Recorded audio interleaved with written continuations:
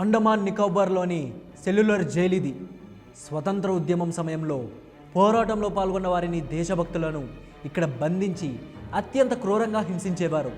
ఇక్కడ పెట్టే టార్చర్ చూస్తే భయానికే భయం వేస్తుంది.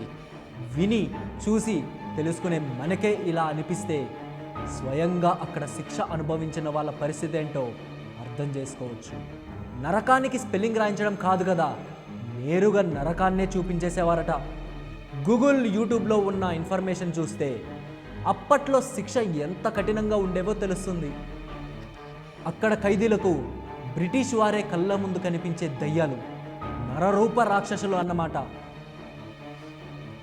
అండమాన్ అండ్ నికోబార్ దీవులు, దాని క్యాపిటల్ పోర్ట్ బ్లేర్ పేరు చెప్పగానే బ్యూటిఫుల్ బీచెస్, ఐలాండ్స్ లాంటివి గుర్తొస్తాయి. దాంతోపాటు అత్యంత క్రూరమైన ప్రిజన్గా చరిత్రలో నిలిచిపోయిన అండమాన్ జైలు కూడా గుర్తొస్తుంది. ఈ సెల్యులర్ జైలే కాలాపాని. తెలుగులో చిరంజీవి గారి వేటా మూవీలో ఆయన్ని బంధించి అండమాన్ జైల్లో ఉన్నట్లు చూపిస్తారు. అసలు అలాంటి జైలు ఒకటి కట్టాలనే ఐడియా బ్రిటిష్ వాళ్ళకి ఎలా వచ్చిందబ్బా? చూడండి.